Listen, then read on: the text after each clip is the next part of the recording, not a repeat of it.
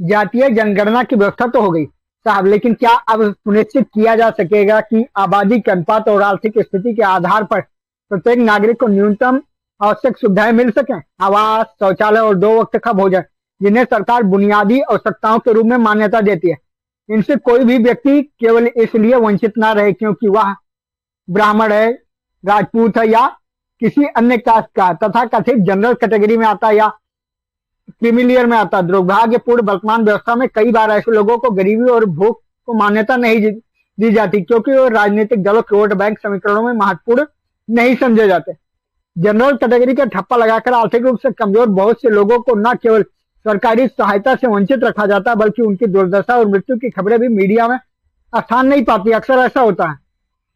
आखिर किस आधार पर उन लोगों को, मासूम बच्चों को भी शोषक और उत्पीड़क की श्रेणी में रख दिया जाता है जिनके पास न तो रहने के लिए घर है, न ही खाने के लिए 2 वक्त की रोटी? क्या केवल इसलिए कि वे कथित रूप से ब्राह्मण, सवर्ण या किसी खास जात के हैं?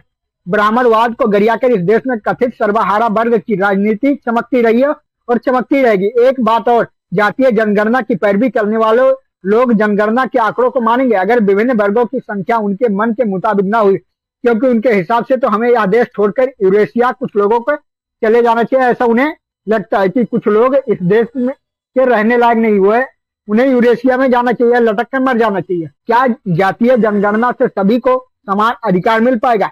क्या जो वंचित हैं या दलित हैं या जो भी हैं, मतलब जिन्हें सरकार के अनुसार निम्न कोटि का समझा जाता है, मतलब कुछ लोगों द्वारा, या मतलब किसी को सवर्ण समझा जाता है, तो क्या जातीय जनगणना होने के बाद सबको समान अधिकार और समान चीजें मिल पाएंगी?